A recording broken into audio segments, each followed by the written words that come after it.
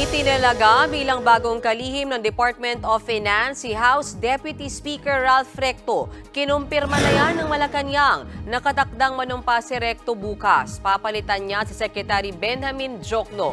Si Recto ay dating senador at nagsilbing kalihim ng National Economic Development Authority o NEDA noong administrasyon ni dating Pangulong Gloria Macapagal Arroyo. Aprobado naman kay Senate President Mig Zubiri ang pagkakatalaga kay Recto. Naiintindihan daw ni Recto kung paano mapag-uugnay ang mga konsepto ng pananalapi sa tunay na kinakaharap ng lipunan. Kaya wala raw duda si Zubiri na magiging mabuting finance secretary si Recto. Para naman kay Senator Coco Pimentel, karapat-dapat ang pagkakapili kay Recto para sa isang mapanghamong posisyon. Suportado rin ng Senator Sonny Angara, Jesus Cordero at Win Gatchalian ang pagkakatalaga kay Recto. Mga kapatid, may Los Baños po. Huwag magpahuli sa mga balita at impormasyong dapat ninyong malaman. Para sa mas malawak na balitaan at diskusyon, mag-follow at mag-subscribe sa social media pages ng News 5.